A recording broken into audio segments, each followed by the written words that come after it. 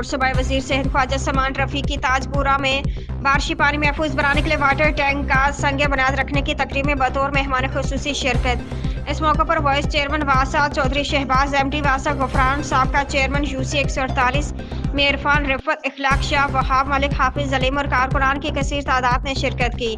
اس موقع پر واسا ٹیم نے وزیر صحت خواجہ سلمان رفیق کو بریفنگ بھی دی۔ صوبائی وزیر صحت خواجہ سلمان رفیق کا تقریب کے شرکاء سے خطاب۔ وزیر اعلیٰ پنجاب مریم نواز شریف کے انتہائی شکر گزار ہیں۔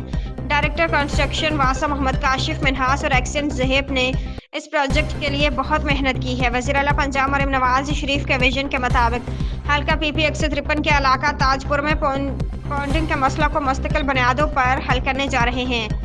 تاجپورہ کے علاقوں پونڈنگ کے مسئلہ سے پاک کرنے کے لیے زیر زمین بارشی پانی کے 2 سٹوریج ٹینکس بنائے جائیں گے۔ خواجہ سلمان رفیق۔